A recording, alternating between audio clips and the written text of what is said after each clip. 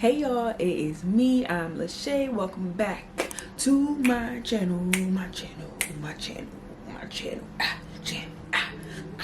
Come on! Rudolph the red-nosed reindeer had a very shiny nose. Okay, it's what? This is Vlogmas Day 6. And I can already tell y'all that I know that this video is probably not going to be posted for a while. But just know that it's day 6, and even if I'm behind, I'm still gonna post because I'm gonna make it do what it do, and I don't care.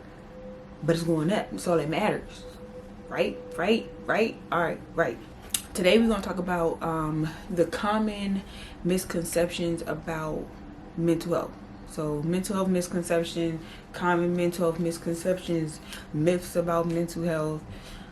However you want to say it, that's what we finna talk about. Okay, I'm gonna go over the 5 most common myths that mostly everyone believes that they shouldn't believe because they're not true, and I'm going to explain to y'all why they're not true and why people just need to stop saying them, because the fuck. All right, so let's get into it. Okay, y'all, so the first misconception or myth, however you want to say it, I'm going to say myth. The first myth about mental health that I hear a lot is that children cannot develop mental health issues. I generally see, when I hear this, it's generally someone from like a generation before mine, where they don't really believe in mental health issues already to begin with. And so then when you start talking about children, they definitely don't believe that a kid, especially their kid, is suffering from a mental health issue. And what's funny about that to me is that a lot of adults, specifically millennials, like a lot of them who suffer from mental health issues, a lot of it is like childhood trauma. And it's like something that could have been prevented if their parents had not raised them better, because I'm not saying that nobody's parent is horrible and like you raised your children like in a horrible manner, but if specific attention were paid more to children's mental health, then I think a lot of adults would be better off right now. It's estimated that 6 million children in the world suffer from mental health issues. Autism is a mental health disorder, and you find that when you're a child. Like, so to say that children don't suffer from mental health disorder, to me is just it's just a very uneducated statement. Like, you really don't know what you're talking about for you to even begin to say that. But there are a lot of young children who suffer from mental health issues. There are children out here 8-9 years old that are killing themselves because they're getting bullied. What do you think? Like, that's mental health. Their mental health was not it was not taken care of, and it's bad to the point that they wanted to remove themselves from the earth. Like, that shit is real, y'all. One of my things with my anxiety is picking, and I got a lot of these like scratches on my arm, so if y'all see me picking, please just smack me, because they ain't gonna never go away because I keep picking at them. As soon as they grow a scab, pick. It's disgusting, I know, but yes. So like I said, there's an estimated 6 million children who suffer from mental health issues that like extremely alter or disrupt the way that they perform at home, at school, like in social groups. Like, kids and mental health is a real thing. All right, myth number 2 is that people who suffer from mental illness are violent. Here's the thing with that. The reason why people believe that people who suffer from mental illness are violent is because when you're watching the news and they're talking about someone that suffers from mental illness, is 9 times out of 10 someone who just shot up a school, shot up a church, shot up a mall, beat up their wife, like stuff like that. That's how the media portrays it. So when you're always hearing of somebody who, I'm sorry, I got my window open, so everything that moves outside my window, I'm like looking. But so anytime you hear of something like that, like a mass shooting or a domestic violence incident, the perp is always someone who suffers from mental illness. So obviously, if you are a person that's watching the news and you've never encountered someone that suffers from mental illness, or you are not that educated on it, you're automatically going to believe that people who suffer from mental illness are violent. I ain't out here shooting nobody. I like my freedom. I ain't trying to go to jail. I ain't shooting nobody. I ain't whooping no ass. Well, I want to, but I'm not whooping nobody's ass. At least not today. Like, it's just, I'm not I'm not a violent person. Like, the majority of people that suffer from mental illness are not violent at all. There's a report on the American Psychological Association that says that only 7.5% of crimes are a direct result of something that has to do with a person with mental illness. 7.5%. That's nothing. That means the other 92.5% of crimes are regular ass people. Actually speaking, when there is a crime happening, especially like a domestic violence situation or something like that, 9 times out of 10, the victim is the person who has the mental health issue. And the person who was beating on them or whatever is a regular person. It's normally the victim who's the mental health, who is suffering from mental health, but they're going to tell you that.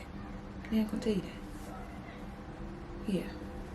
And then if there is an incident with someone, like a dangerous incident with someone who suffers from a mental illness, it would be brought on by probably the same reasons that a normal person would. Like, if you're making me feel threatened, then it's going to turn into a dangerous situation. If I am angry and then I go drink a whole bottle of Tito's, it's probably going to turn into a dangerous situation. Like, but that's anybody. It's just that once a person finds out that you suffer from mental illness, that's where the focus goes. All right. Number 3, people who suffer from mental health issues cannot perform everyday responsibilities, or cannot be normal, or cannot work regular jobs, stuff like that. I work my job just fine. There are days when I don't want to. There are days when I just don't even want to face any type of reality or any type of responsibility. That doesn't mean that I can't do it, period. I just can't do it in that moment. There are so many, like, not even us regular folk, but like there are so many people who suffer from mental health issues in silence that nobody would even know about, and they live their life just fine, and they know how to fake it and put that smile on their face, and when they go home and that door is closed, they crying, they down, they not feeling it, they house probably, not all the way together, their whole world probably is not together, but when they outside, you wouldn't even know that. That was me. Before I decided to start talking about it, that was me. Nobody knew what I had going on. Would you know that Taraji suffered from mental illness if she never told you? Would you have known that she had mental health issues if she never came out and said anything? No, you can't tell.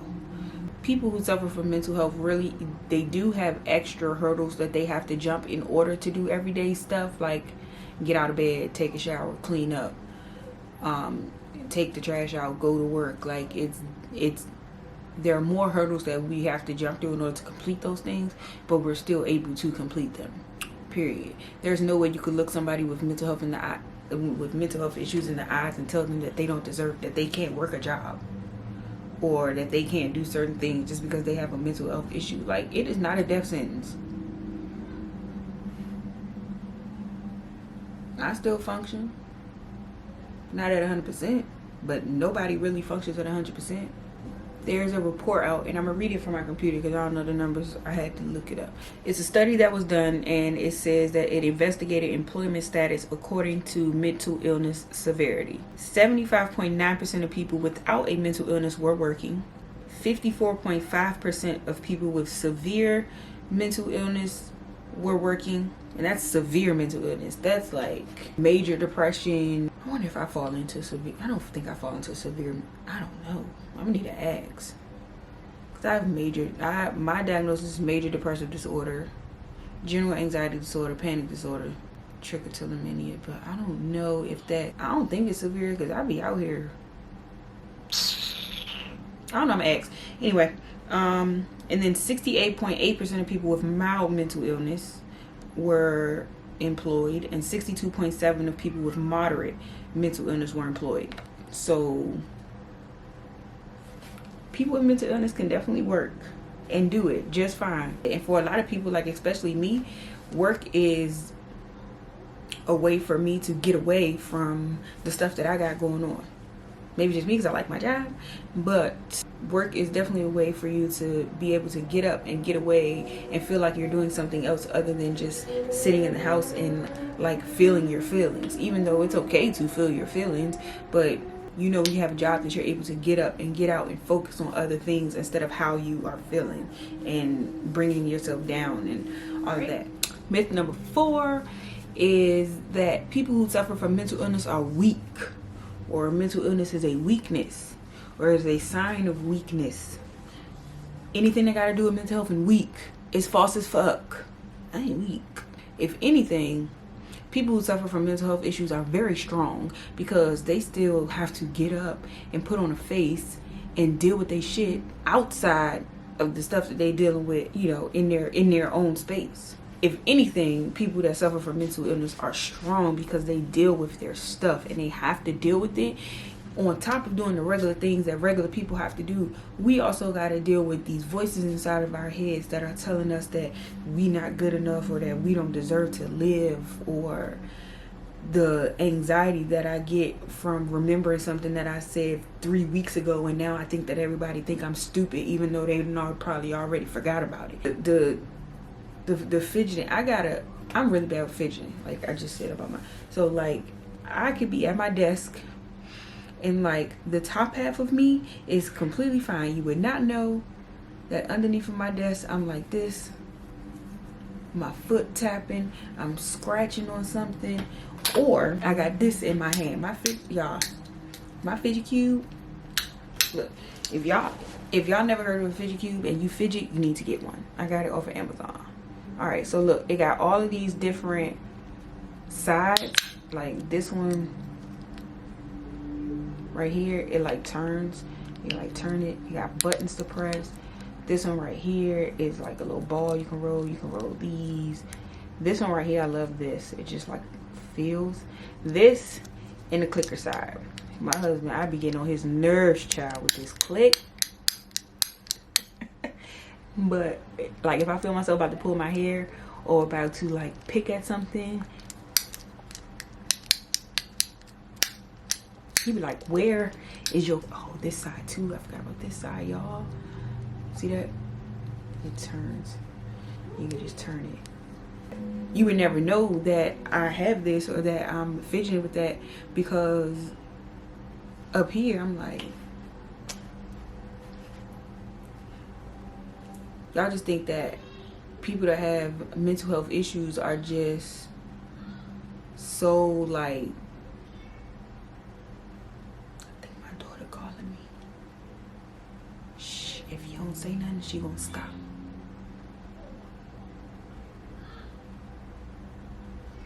She's like, Mom, come here. She stopped. What, girl? Mental health illnesses are just that. They are illnesses. They are not weaknesses. They are not signs of poor character or poor judgment. And you're not calling anybody out here with any other type of illness weak. It's just because mental health illnesses are of the mind. You cannot physically see them. It's really true for like people who suffer from depression. People think that people who suffer from depression are extremely weak because it's like, oh, you can just like snap out of it, get it together. When you have an anxiety attack, you got anxiety, calm down. All of that I think falls under this weakness umbrella, because I can't just do that. Like, just because when you get stressed or when you get overwhelmed and you have all these things going for you, it's not breaking you down and busting you down like it is for me. That doesn't make me weak. It just, my brain composition is not made up like yours. doesn't make me weak. Because for me to even sit out here and deal with this and still be here and still wake up today and tomorrow and get up and do the things that I have to do, that's strength in itself.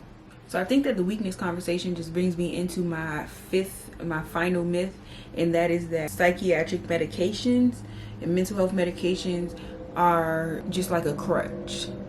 Like for people who don't, for weak people who don't want to deal with their issues, or like an easy way out. People who are not familiar with psychiatric medications are always like, oh, these pills are happy pills so that you can get away from dealing with whatever it is that you have to deal with. No. First of all, I'm not weak for going to go get medication, because you don't understand how strong a person has to be to even decide that they need help, and that they need that type of help and that much help, and that they need treatment. Like, that shit takes a lot for you to even admit that you have these problems, and then to admit that you need somebody to help you with it. That's a lot. Like, half of y'all wouldn't even be able, like, half of the people that say that wouldn't even be able to do it. Like, if y'all actually felt what a depression feels like, and what it feels like to actually suffer from mental health issues, y'all would be scared as fuck to even come out and say that you suffer from that, let alone going to go talk to a doctor about it. People scared to go to therapy. Like, medications alleviate so much of your mental health, the symptoms that you have, and it allows you to just live as close to a normal daily life that you can. To have depression and to have anxiety is for you to have a disorder. Anybody who has a disorder or a disease or any type of illness, they take medication for it. If your mental health issue is a diagnosed disease or a diagnosed illness, then you need to take medicine for it, because most mental health issues all have to do with brain composition. Your receptors not sparking like everybody else's. Take your medicine so that your brain can work correctly. It's literally like a need for survival. There's a lot of times that I didn't want to be here anymore, like here at all. I tried to get rid of myself. I got on medicine. First little cocktail medicine I was on didn't work. Second little cocktail medicine I was on worked, but I gained weight. Third time was it. That was the medicine that worked for a while, a long while, and then it was the fourth one, the little cocktail that I'm on now, that works. And I'm on an antidepressant, 2 antidepressants, and an anxiety med. It's 3 pills. And I'm still here right now, sitting down, so something must be working. The medicine is there for a reason. That's it. That's all I'm gonna say. So yeah, those are my 5 myths behind mental illness. I hope that I helped to open some people's eyes today. If not, then we still got some more work to do, and that's what I'm here for, because I'm always going to be here for the mental health conversations, period. Period. So anyway, thank y'all for tuning in to this video. This was day 6 of Vlogmas. I will see you guys tomorrow. I'm back at work tomorrow, Mo. I've been off since Thanksgiving. I see y'all in the next video. I'm not doing much this week.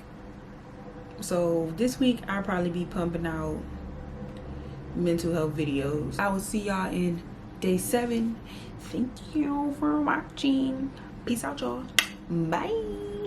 Just see those sleigh bells jingling, ring, tingle, tingling. I'm on to lovely weather for a sleigh ride together with you.